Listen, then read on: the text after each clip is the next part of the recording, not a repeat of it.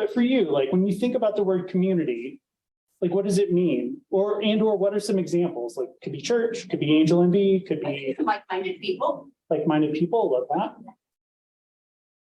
Forgive my spelling, it's like every time I have to spell in public, It's okay. it goes horribly wrong. What else? I think kind of like-minded, they're people that you actually like. Right? I don't really want to be in a community of people. I think they can disagree or have different views, but if I don't like them, I don't consider that my community. So I think I know that. Love that. I think shared goals. Shared goals. Love that. What else? A couple more. I think of more of a geographic area, like a community. So more of a geographically centered area. Maybe one more and then we'll move on. Anybody else? I was gonna say shared. I had the sentence written down, shared blank, and I think that you've got shared goals up there, but I think you could just say shared blank, like something shared, whether it's a shared goal or a shared focus or shared something that you can share. Like now we're all sharing playlists. Yeah, exactly. We don't have much of it in Reno.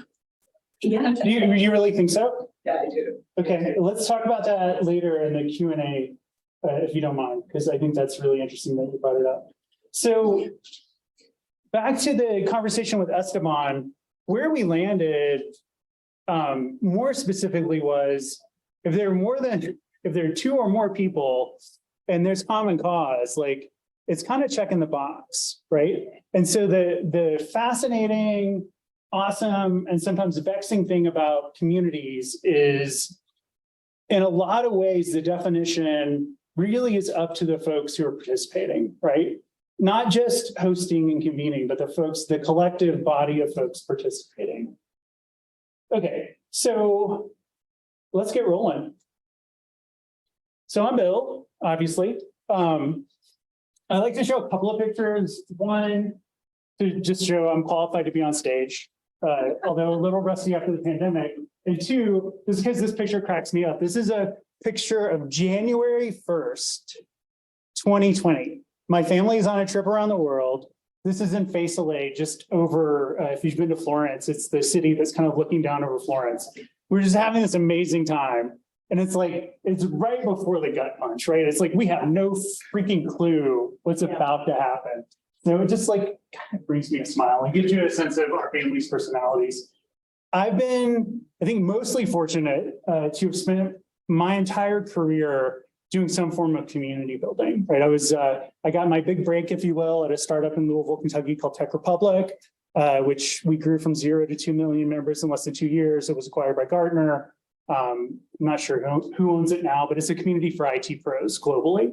And I'll talk about that one a little later. I spent some time on the brand side with Autodesk, 2 tours of duty there, and Dell, essentially running helping run their social media and community center of excellence. And then I founded Structure 3C in 2015 because essentially, like, I loved my job at Autodesk, but I get bored really easily. And so I wanted to be able to do what I was doing at Autodesk for, 3 to 5 clients at the same time, which is essentially community strategy and customer experience. And so really at the end of the day, Structure is about helping organizations. We skew towards high tech, but we work with everyone from nonprofits to startups to big tech, specifically software, figure out how to engage their customers in communal experiences in ways that essentially speak to the customer's sort of longer term intention and purpose. And I'll get into what that means. That may sound a little squishy and Marin hot tubby right now, but I'll get into specifically what that means in a minute. And so I used to live in Marin, so I don't feel too bad saying that. Fairfax specifically. And so again, like these are the folks that we work with, including Siemens, IBM, Intuit, and a couple of smaller startup-y firms, CrowdSmart and TechSoft. So that's me. And it's a pleasure to be here today. I love talking about this stuff. I approach community building really from a design and imagination perspective, like really a design process. I think it is to do it effectively, to design strategy effectively. It's a design process. And so that's kind of where I'm coming from.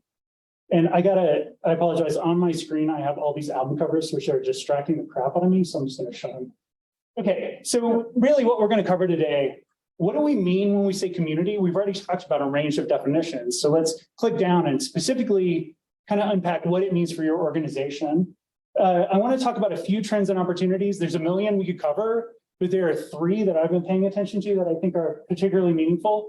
I want to talk about community value because that's the second question after what is community? Some version of that. It's, well, how does it create value for me and my customers, right? So I want to dig into that and address it head on. I want to look at a handful of case study examples which show you a range of essentially novel community strategies that different organizations of different sizes are using. And then I'd like to get in, and this is something I'll leave you with, how I think about designing community strategy and showing you essentially an overview of the templates and process so that like literally you could take them and start this brainstorming in your organization this afternoon. So I hope that sounds like a good use of your investment of time here and lunch. So we talked about community, right? And we talked about what it meant to us personally, but what does it mean for your business or organization? A definition that I've come to over time, specifically for commercial organizations, is it's a group of people who share common interests or purpose, have a means of connection, and have the ability and motivation, frankly, to Bill's spontaneous point about I have to like them, have the means and motivation to interact and get to know one another over time, right? And all those dimensions are important. And we'll talk about those components in just a second. But it's really about this group over time interacting towards a purpose or intention. And in that process, getting to know each other and forming essentially connective tissue, right? And communities can create like a ton of value. So I try to tailor all of this to startups, but early customer growth, enhanced loyalty, spontaneous, and in some cases guided acts of advocacy, right, for you, and accelerated adoption and enhanced retention, especially for software products.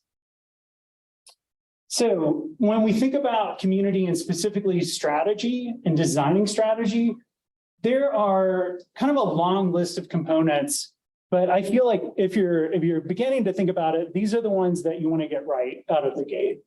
The first is members. So who are you gathering? Who are the people, who are the stakeholders that you wish to gather? Like being as specific as possible. Like, I don't want to build a toothpaste community. I want to build a community for people who are experiencing periodontal disease. Sorry, that's a random example. I have a good friend who always uses toothpaste as an example of something you can't build a community for, and I always like to challenge him. So sorry, that needle is stuck in the rut there. But you really want to be very thoughtful and intentional about defining who you're gathering.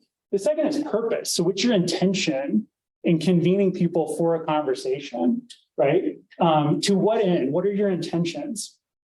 And one little quick side trip about purpose. So shortly after I started Structure, I was invited to a fellowship through something called the Life Reimagined Institute in DC to think about how community-based interventions could be effective for essentially health and sort of life and career issues. And so we were given a stipend and allowed to essentially conduct a study around how purpose could, through online community-based interventions, have positive effect on people's lives. So we decided to focus on people, so folks 50 and older who had experienced a career disruption. So we gathered them for 6 weeks in an online community. We designed curriculum around helping them understand the concepts of purpose, so what it means, how it affects their sort of life and livelihood, right? So to be directed and intentional about the things they're pursuing for work and for play.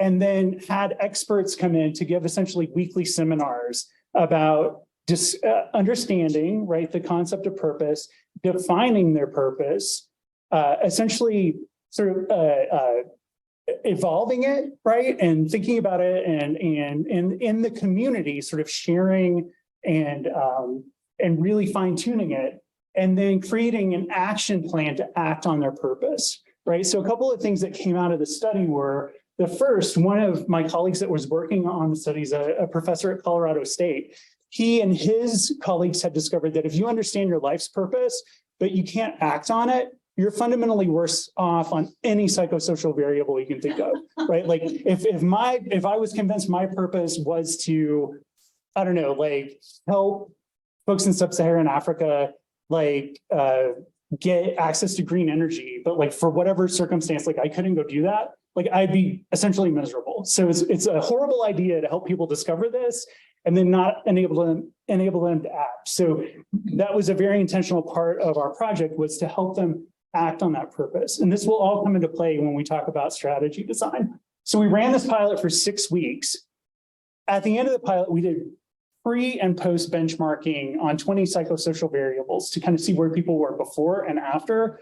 We saw significant improvement, statistically significant improvement on 12 of those 20 variables. So an increased sense of career self-efficacy, decreases in things like depression and essentially lethargy. So it was really eye-opening to me to think like this thing that felt kind of lightweight, right? Like designing curriculum, hosting people together to have conversations, really spending a couple of 3 hours a week attending to this community and guiding conversations, like had these pretty significant outcomes. So when I use the word purpose, again, it may feel like very kind of ethereal and again, like a little Marinish, but there's actually intention behind it for me when I use it. And so that little side trip was to unpack for you kind of how I think about it and how I think about intentionality. So if we have members, we have a purpose or at least interest, shared interest for people to kind of get together. We have places, right? So it could be here at the Innevation Center for a regular meetup. It could be in an online community platform. It's likely, especially if you're building something larger scale, it's likely a mix of many things, right? And I like to describe that portfolio of online and offline touch points as a community ecosystem, right? Just to get some more nomenclature out there. And then the last two are leadership. So at the end of the day, who's orchestrating the activities? And then the activities and events themselves. So remember, we want people to come together over time around a purpose, to interact, to do things, right? So you have to plan those things, right, to help build connective tissue. All right, so some trends and opportunities. So this is caveat, like my own personal damn opinion on what's happened in this space in the last 20 years. You may have different perspectives or ideas, and that's 100% okay. But for me, I think we've had 3 distinct eras with digital communities and social media. The first was really, community 1.0, which was the time leading up to the availability of the commercial internet through to about 2010, right? So we saw things like, BBSs, which were dial-up. We started to see like forums-based communities when more and more people had internet access. We had things like AOL, right? So that was really the first era of online community. And if you think about it, the internet was kind of was a community when it launched, right? Like it was really about interactions, in a lot of cases sharing content. There was a lot of novelty and sort of wide-eyed enthusiasm about it. And for me, that lasted until about 2010. And then social media really came in my opinion, and sucked the oxygen out of the room. So you quickly saw, and I think it was because we had these things in our pockets and we're looking for something to do with them besides calling someone. You had the platforms like Facebook, to a lesser degree, Twitter, Reddit, et cetera, give us something to do with those mobile experiences, right? And the centralization, the hoovering up of our data and social graphs really kind of distracted, especially large companies who had traditionally invested in online communities, hosting them, really distracted them into spending tons of money with the social media networks, right? With the mass and centralized social media platforms, right? And I think we learned some things. I think there will be helpful and equitable and ethical platforms that spin out of this era.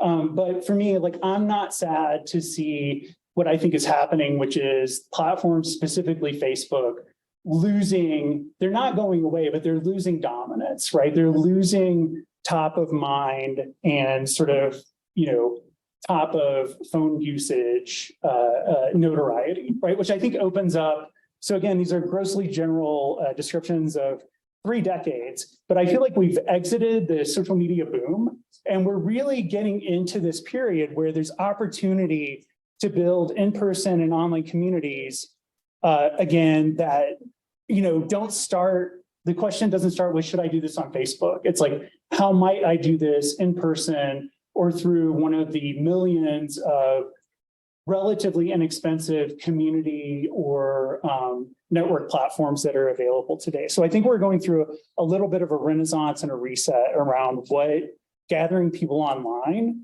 in groups looks like. And so I'm referring to that, and there's, fingers crossed, community ecosystems as the next era, right? So we'll see decentralization, we'll see, like Nostr and things like that, which are essentially truly decentralized social networks where you're sort of in charge of your data, your content. There are significant issues that need to be thought through with lack of central governance, but I think we're going to see a lot of interesting things happen. And as I'll talk about in a bit, I also think once Apple comes out with their headset, like we've stopped talking about the metaverse because AI has been such a big topic the last 2 months. There's some mainstreaming of AR and VR that's coming. Will we sit there, hours a day in a fully immersive environment for work and play?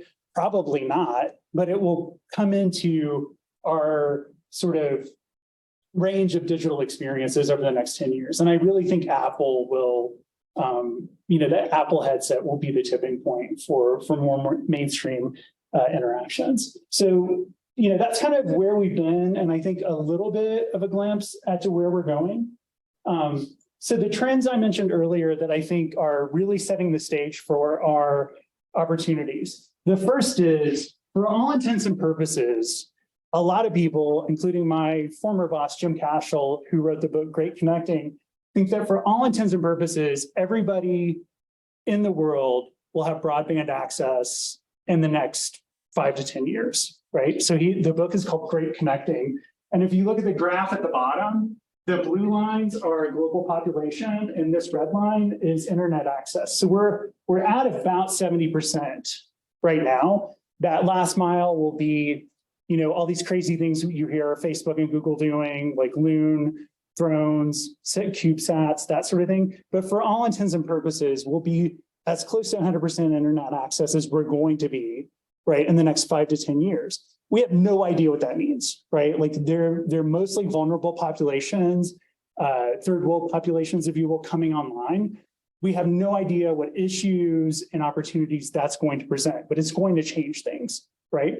I think the other significant thing about internet access is when I started my career, we were building communities at Autodesk, which is a design software manufacturer. We were building communities for folks who were essentially, doing things in CAD, right? And we had to ask legitimate questions like, well, did they even have internet access at this point in 2001? And will their bosses let them on it because it was viewed as a waste of time, right? Those questions have largely gone away. And we're increasingly able to just assume through various and sundry ways, it will require, government and institutional support to fund a lot of this very last mile stuff. But for all intents and purposes, we're trending towards 100%, right? The second is, I just talked about the end of social media dominance. It's not the end of social media, but it's the end of the dominance of these centralized platforms, right? And I've said a lot about Facebook and kind of kicked them a couple of times, so I won't say more there.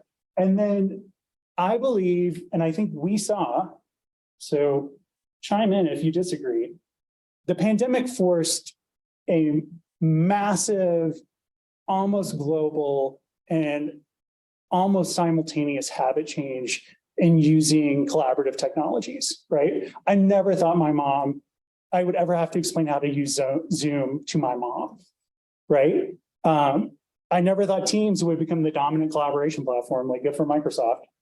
They did it, it's awful. But I think we've seen like habits change, relatively speaking, overnight. And we have no idea what the fallout of that is. The other things are, I mentioned AR and VR. Again, like people make fun of people who predict that this is going to be a thing. I think it will factor into the equation of experiences.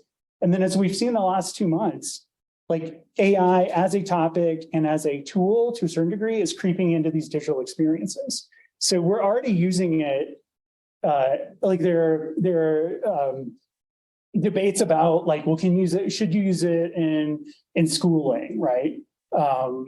You know, is it okay to use digitally generated artwork that's likely drawn from other sources, right? So there are these ethical issues, but these, you know, like every software platform almost is like adding some sort of chat GPT-like functionality, right? And running full steam ahead. So for me, thinking about us interacting online together, like what happens when those entities start showing up as digital people? What happens when we start using them to augment digital presence in some way? We don't know yet, but I think it's going to change things. So the three things that I'm really paying attention to are this, you know, getting to the pervasiveness of internet access to give us access to the network, right, which is a substrate for all these community building activities. The fact that the oxygen that Facebook and Twitter and others sucked out of the room is slowly coming back in from an investment and usage perspective. And then the digital habits that we've seen evolve over the last 3-ish years, right? Like I think those all set the stage for issues and more importantly, opportunities. So speaking of opportunities, how might this play out? I don't have a crystal ball, but I've seen either runs that we've taken at these particular techniques or approaches before. I've seen them happen, but the timing just wasn't right. Or, you know, people are talking about them, but there are things with these shifts, there are things like community becoming a product, right, in and of itself. I'll talk about how Autodesk considers community part of the product in a little bit, but communities as products. You have networks like Chief, which is essentially a highly qualified social network for women executives. And people are paying like $5,000 to $10,000, I think, to join this and participate annually, right? So that's community as a product.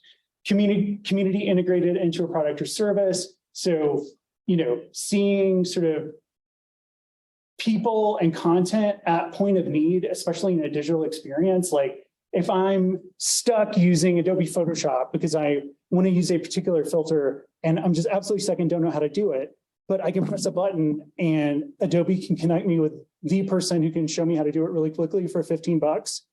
That's pretty awesome. That's coming. Connecting previously unreachable audiences, particularly globally, right? Like as we get this last mile connectivity, you know, we'll be able to reach hypothetically anybody. And then for me, especially with the work that we're doing right now, engaging with roles that traditionally wouldn't, right? And this is another habit change. Before the pandemic, you would never think about hosting any sort of collaborative experience with executives. You just couldn't get them. They would say no, they would laugh it off. We have mastermind communities running now with some of our clients that have the C-suite participating, which is just, it's astounding to me that all it took was the pandemic and, you know, being forced to use Zoom, and here we are. And then lastly, and there are tons more, but lastly, this idea, particularly from my world with enterprise software and like really needing, almost from a brand perspective, to own hosting the community. I think the opportunity moving forward is to think about from a customer or market segment, what they need and collaborating on hosting experiences. So an example of this would be Intuit hosting the QuickBooks community to service all of small businesses' needs. It's impossible for them to do it, right? They only care about the accounting software and payments generally part of this. But if they partnered with folks like GoDaddy and other non-competitive, you know, confederates really, that are serving the same audience, like I think we'll see brand communities evolve to be more federated, frankly, and to be more partnerships as opposed to like, I'm only going to the Adobe community to think about all things creative. It's going to be more of a federated experience. And there's so many more examples, but this is just, in my opinion, like a hint at where we may be going. So let's talk about value creation. In my opinion, like the real sort of community 101 business case is we have data that shows networked businesses. So businesses that engage in network building are more healthy, in a lot of cases more profitable and more resilient to change. The flip side of that is connected customers are more valuable. So if businesses are more resilient and hypothetically more valuable by engaging in these activities, and customers are more valuable to those businesses, that kind of, tells a value story to me. So a specific example, this is an example from research that we did at a software company, software and hardware company that I cannot name. So legal disclosure out of the way, that shows we were tracking at an account level when people from our customers were coming into a particular community for more senior IT pros. We were tracking how often they were coming in. So the red line is weekly visits, and the yellow line on this graph is weekly revenue. And we found, I think, approximately 7 different patterns that told the story of when accounts visit this community, it's not just a tell, it's not just a lagging indicator that, hey, they're going to buy something.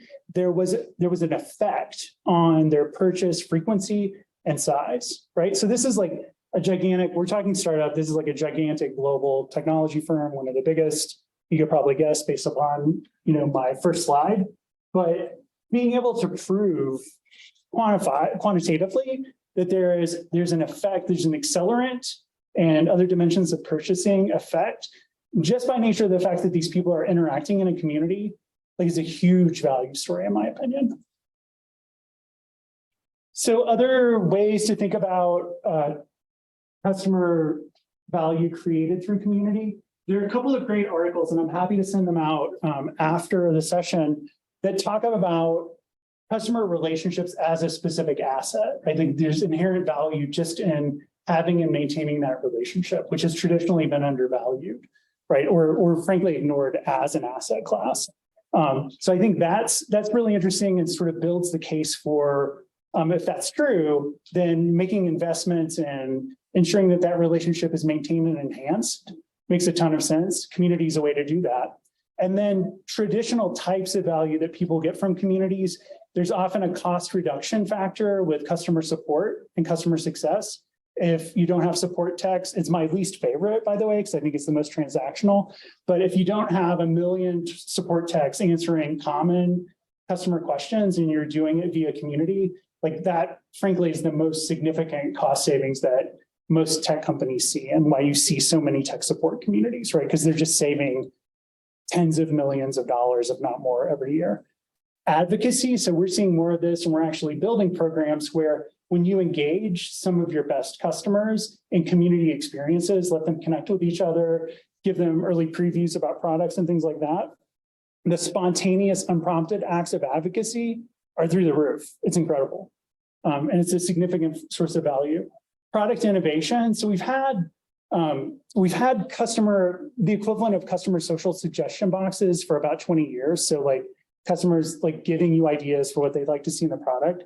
Those are interesting and can be somewhat helpful. But what we're starting to see are more significant investments in both executive level communities that, from an innovation perspective, help essentially articulate trends and brainstorm or explore responses to those trends, right? So think about like a German car manufacturer, for instance, and that executive participating in a roundtable around supply chain issues with other executives in the manufacturing industry. So at one level, you have executives sort of trend casting and forecasting, if you will. And then the next level down, you have a range of community-based innovation activities like early product feedback, early concept, product concept co-creation, right? Like having real-time conversations with, well, I need to manage the flow of data in my factory, having that conversation with 10 people and being able to almost real time, or at least iterating weekly, be able to mock that product up, right? Like that's accelerating time to market by like months, if not years, right? So there's a ton of interesting work that's community-based around product innovation. And then market innovation, I think, really speaks to the executive example I just gave, like understanding trends, being able to share them with non-competitive executives at other organizations and talking about, responses, right? I think that's pretty interesting and valuable. You have developer engagement, right? For software companies, this is like sort of use case 101, getting APIs out there, getting people building and showing sort of social proof of efficacy or value by posting posting code on GitHub and things like that. And then partner communities, an example of that would frankly be something that I just described earlier with Intuit, right? Where they have industry partners coming together to host a community. And then lastly, communities of practice or purpose. So connecting customers beyond the support use case to really help them understand kind of from a career perspective, what the progressions look like, get mentoring in place. These can be very meaningful and deep community connections.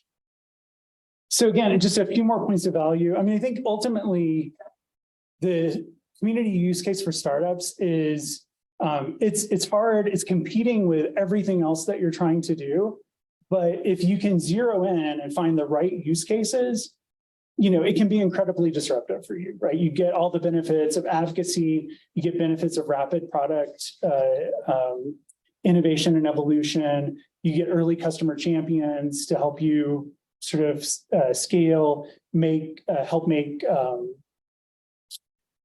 connections as you scale up and that sort of thing. And then kind of important, but sort of less glamorous is from a documentation and support perspective for those early communities, right? You're building your base to help with customer support, product documentation, and documenting novel use cases. So some of these examples from a value perspective, I talked about Tech Republic earlier. We went from 0 to 2 million members in less than 2 years. The early investors got a massive return when Gartner bought us for $90 million 2 years after launch, which is pretty amazing. I acknowledge Salesforce and Autodesk are not startups, but they started out that way. Salesforce has an amazing community called the Salesforce Trailblazer community. The really interesting insight that I think Benioff and team had here was it was an aspirational name that they gave their customers, right? So you're a trailblazer. You may not be, you may feel completely incompetent with the software, but you aspire to be a trailblazer. You feel a sense of belonging with other trailblazers, and they've built like the most effective community machine I've ever seen that ranges all the way from support cost reduction all the way to their MVP program and their champions program, which we help build, which just gives them tons and tons of love out in the market as customers tell their stories in their own voices, which is pretty amazing. And then from Autodesk's perspective, Autodesk went from a company that could care less what you thought of them to hitting the market reality in the mid 2000s that there were actually other competitors out there that were going to eat their lunch. So, and I had a front row seat to this. They started to really take into account the role of customer experience, and over the years start to weave in community both into the almost every customer experience you can think of, right? From onboarding, from product trials, from product use and mastery to even helping executives level up, right? And everything in between. So they're seeing tons of value there. Okay, so let's talk about some examples, right? Some more specific examples. So these I selected, so I have a whole catalog of these, but these I selected to show you novel use cases, right? So CrowdSmart is a small startup in San Francisco that has this really interesting use case around recruiting experts in their community and essentially having a process of having experts score and give advice to seed stage startups. And then they do that iteratively over time so that the LLM can learn how effective investors are, how effective the investors' predictions are, how effective their feedback is, and over time start to develop patterns for guiding other startups, which I think is pretty fascinating. CrowdSmart has expanded into, so they've expanded from the startup just solely focusing on startups to also starting to work with more corporate clients. So you could see like exploring a product introduction and having product managers and expert customers act as that expert community. But I think this is a really interesting and specific example of how with all these pie in the sky use cases, like they're actually leveraging types of AI for this community experience. Autodesk. So at Autodesk now, community is thought of as a key component of the product, right? So a couple of examples. We built a community called Area for digital artists in the film and games industry. So traditionally, Autodesk had just serviced the support use case. Area was all about really bringing forward the digital assets that our customers were creating and frankly, focusing on the most interesting and sexy, right? If you have digital artists working in film and games, like their assets in progress, like the models, the screenshots, the film clips are going to be inherently interesting, right? It's going to be really deep and engaging content. And so we have everything from like kids, or had everything from kids who are learning the tools, the 3D modeling tools, to like folks who are working on like, really like major Hollywood blockbuster film pipelines, everybody in between posting their portfolios online. So it was one of the richest, and it's still active. You can go to it right now and see all these amazing portfolios of digital work, right? One thing we got to was this definition of what community was. So I mentioned that's kind of something you wrestle with out of the gate when we first started the session.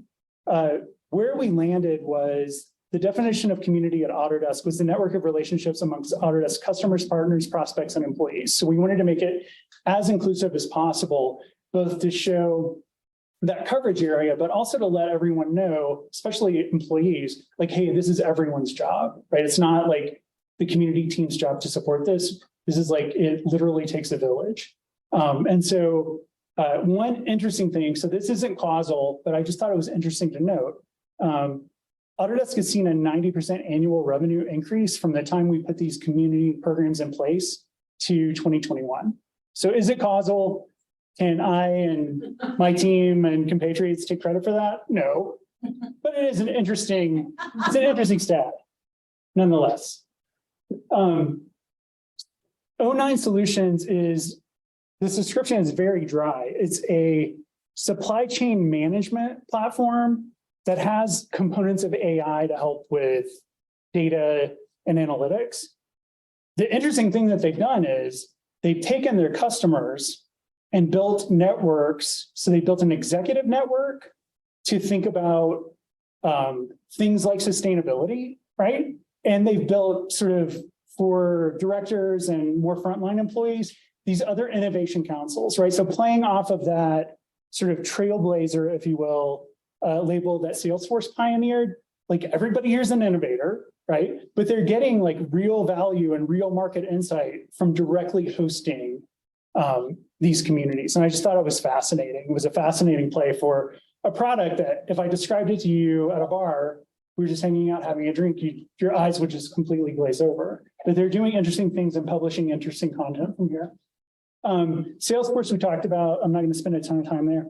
And then Chief. So let's talk about this a little more. So community as a product. So again, this is a network of women executives. And the, okay, and then the pricing's here. So it's $5,800 a year. And then $7,900 for a higher level mastermind, right? And this is all about paying to be part of the network. It's fascinating. So being able to access it and then having these more kind of regular mastermind support networks and mentoring opportunities, I think is something that's a really interesting business model. In fact, Bill has, if you don't mind me going there, Bill has a mastermind for local business owners. I got to drop in. He was kind enough to invite me once. And, you know, it's really about kind of that peer-to-peer support that you can't get anywhere else, I think. And then like helping with some decision-making around your business. Like it's brutally hard, right, to be a small business owner. And so like paying a modest amount of money to have that network support, I think is just clearly a deal, right? And, you know, Bill's one of the pioneers here in the Reno area and doing a great job. Okay, so I'm going to take a breath because I've been talking a lot and talking very fast. I'm going to take a drink of my giant tea here. And I think before we get into the designing strategy part, I'd open it up for questions for anything we've covered so far and do a quick time vote. Audrey. A few slides ago, you have that graph of that company, the relationship between the visits to the site and the sales. Yep. And I actually, maybe I missed it, what the point of showing Yep. the graphic was. So the point was, we have made a fairly significant investment in a community called this particular company tech center, right? And it was to attract IT buyers and executives. And so the graph was showing as at an account level. So for this company, they had customers like Boeing, they had customers like Facebook, customers like Autodesk. So they were buying tons of bare metal servers. We saw that as people from that account were interacting on the site, it had a quantifiable effect on how often they purchased, how large their purchase basket was. And I think there was one pattern that showed accelerated purchases. So compared to 2 years ago, they were buying faster. So proving that the more interaction they have, the more. There was a direct their correlation. sales are. Yeah, exactly. And there are limits, right? Like it's not magic, like it doesn't scale infinitely, but it had a jump across the board in the metrics that we cared about. Do you see that's what like the early days versus what you're talking about, like Facebook groups? Wasn't that the whole idea of the early Facebook groups was trying to build a community or people would be, coach with me and then you get exclusive access to my Facebook group. That's kind of what you're talking about, but obviously a lot more technologically sophisticated. Yeah, I mean, the thing Facebook was trying to do was like everybody thinks about, well, I'm most worried about my personal data. That was not the big deal. The thing they were trying to do was they were trying to understand our relative relationships, and they captured a lot of that for a time. And they were trying to own basically any group convening online. Like that was their strategy for the longest time. Thankfully, they failed. But yeah, like to a certain degree, Facebook was very focused on community. Zuck like talked about it in every investor call and at every developer conference until he didn't. Right, until they realized it was kind of impossible. Other questions? Startups sometimes have a hard time, like communicating their value to customers, especially because sometimes they're working on, potentially really new ideas and that kind of thing. So in terms of like a community sense, what's the best way for us to start? I'm sure this is a super complicated question and answer, but like generally, what would be the best way for a startup to build a community of advocates when sometimes they might not even know where to start? Yeah, so I think a great place to start is, and I have a slide on this in a few minutes, is doing research, right? So for that particular use case, I would start by trying to understand for the people that you want to talk to, like where are they hanging out now? Who's servicing them? And are there unmet needs, right? Is there a way for you to wedge into existing community experiences by offering something new? If the product's truly new and novel, the answer is probably yes. And I realize that's a grossly general statement, but like the first thing we do when trying to understand that problem is basically do a lot of like rolling up our sleeves and just like doing ecosystem research based upon folks who are your customers or who are your target customers, where are they hanging out online or in person? So sometimes the answer is there are associations that have sprung up for like emerging categories. So like maybe they're convening in person or there's an industry association or something like that. But like where are they hanging out now and how well are their needs being met would be one thing I would look at to decide if I wanted to invest in a community strategy or not. Okay. So I talked about sort of the key components, right? Members, purpose, places, leadership, activities, and events.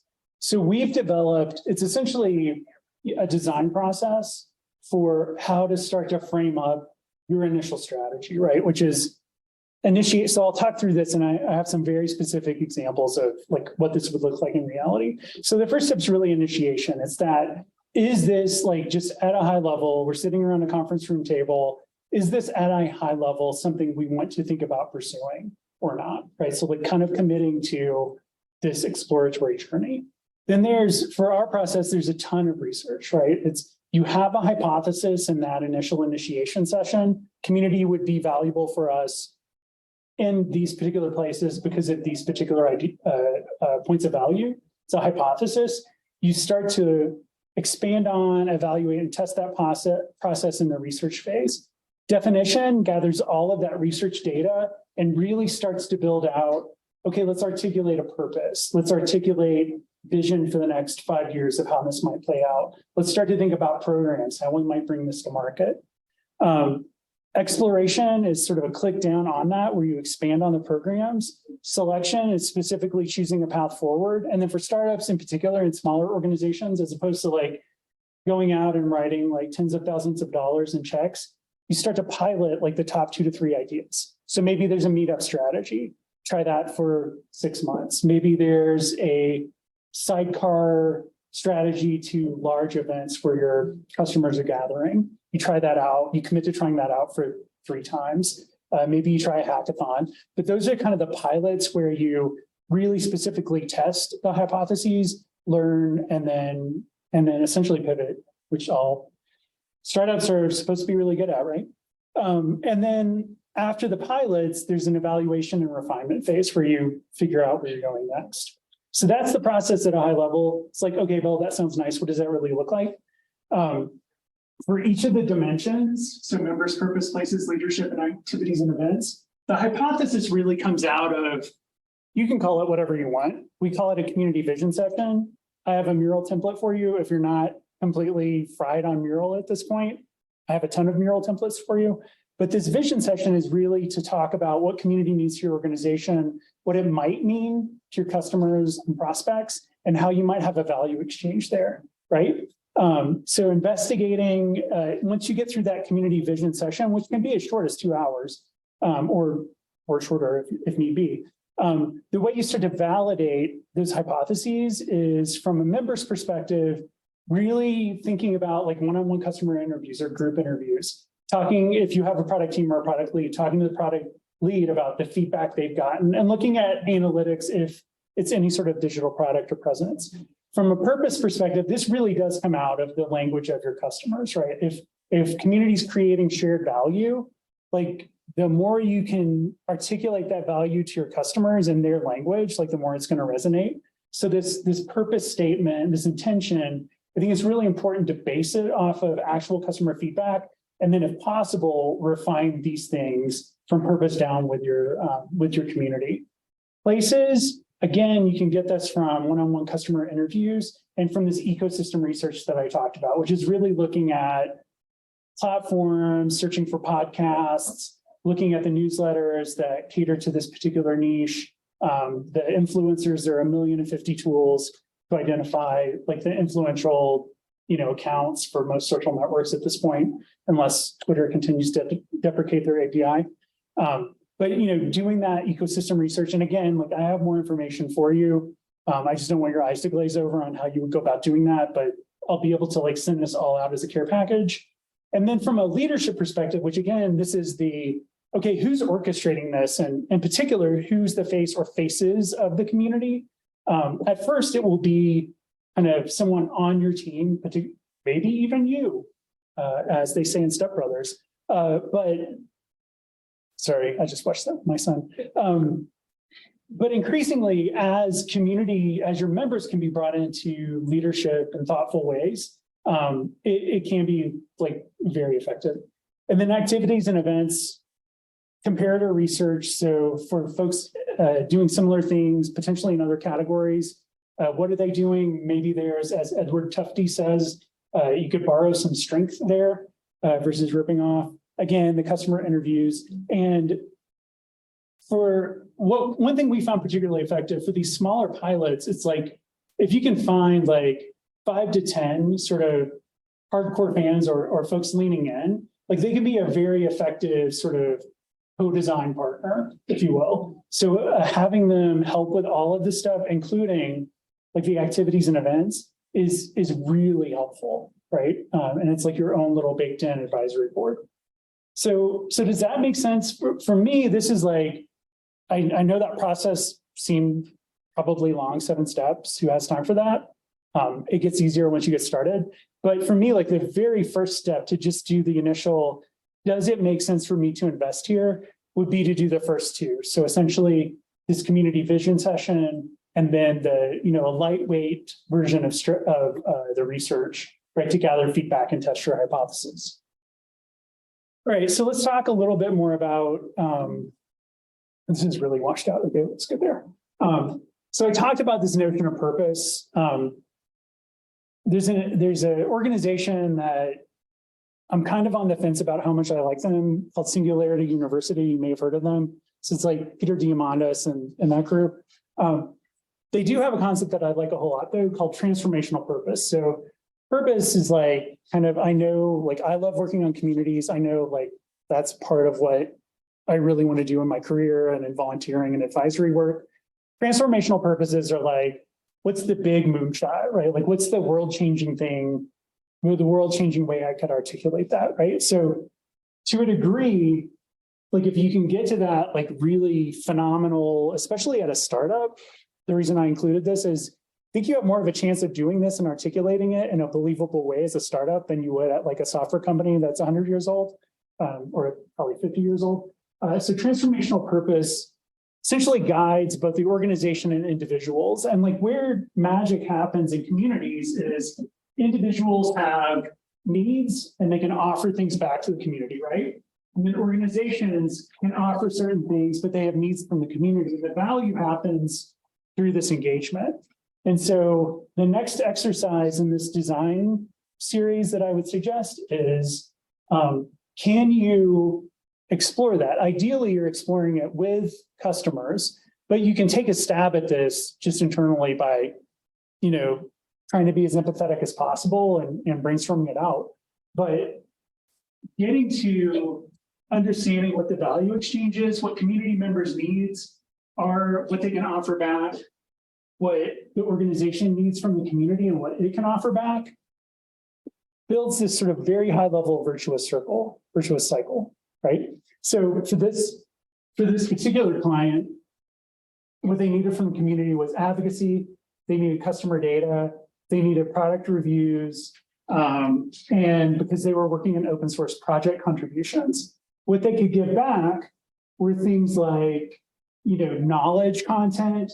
They could give reputation, right? Especially for folks who were considered MVPs by being named into a program by this particular brand. It did have a career enhancing effect.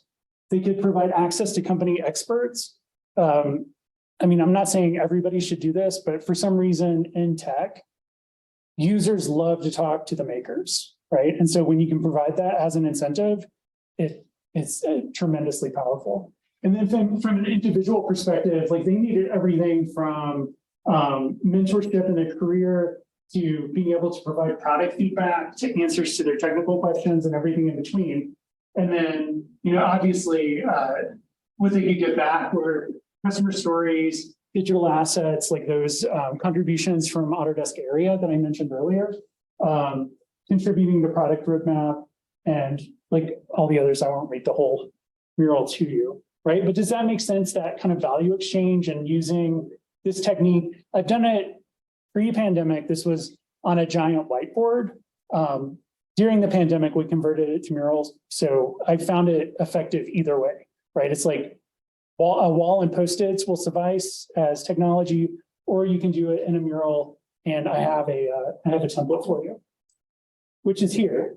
I'm going to guess, especially given the time, that nobody's dying to hop back into that mural for a 20-minute exercise. So I will be sure and pass this along, but just so you know, the digital version of what I just showed you is here, pre-populated with Post-its. So if you wanted to pursue this exercise, there's a template ready-made for you to extend or use as is. And that's really it, right? So I talked about a little bit about my experience. I talked about, and we discussed kind of what community means to us collectively and how really at the end of the day, it's a very contextual answer based upon you as host and who you're hosting. We talked about some trends, including the three that I'm fixated on, for better or worse, which is 100% global internet access, the decline and dominance of mass social platforms, and this massive habit change that the pandemic triggered. We looked at some examples of communities.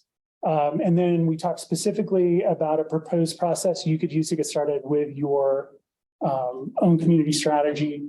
By the way, I'll send out a care package with Audrey's help that has these slides plus access to the digital templates if you're not 100% turned off by Mural at this point. It has a little bit of a learning curve, but it's amazing once you get into it. So I think we have time for some more questions if you have them. Just have a simple question. So Those are the hardest.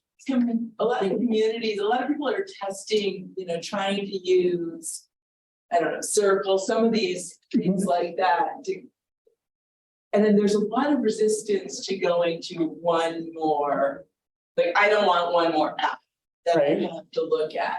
So I'm starting to see this tendency, or I guess that's what my question is, if Facebook is so easy to use and people, I guess, tend to be there anyways, what is your response? Not in a big organization. Sure. We're trying to build some kind of community.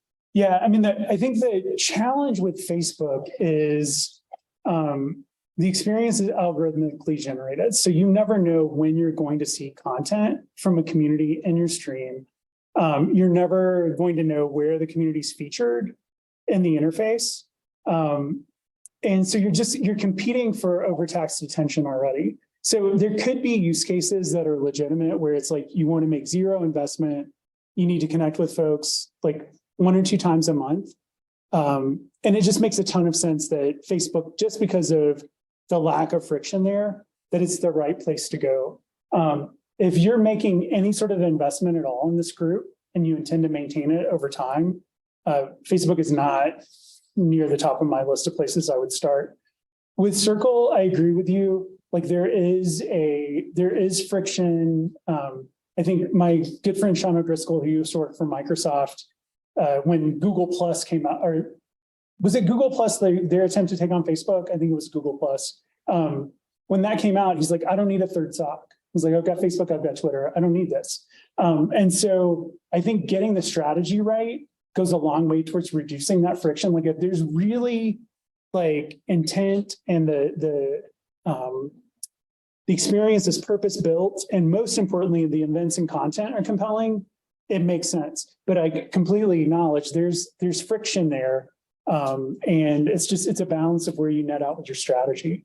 But again, like, why would you rent stakeholder attention on Facebook versus making the investment to build it, on your own, right? Yeah, I just see like I was talking to some people at one of the universities that I went to, and they're trying to build their own, and they can't for the life of them get people to come and recreate their profiles. Right. And people today, they did make an incredible investment, but it's hard to get people to go to one more. Yeah, and honestly, I mean, I feel like that ideally would have been caught in the strategy development process. When you really feel like community is a solution in search of a problem in any sort of equation, like it's probably not a great fit.